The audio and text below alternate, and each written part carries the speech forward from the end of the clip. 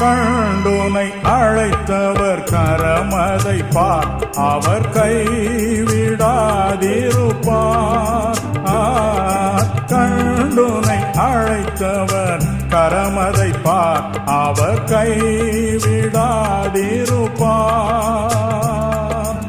ஆண்டுகள் தோறும் உனக்கவர் அளித்த ஆசிகளை எண்ணிப்பார்.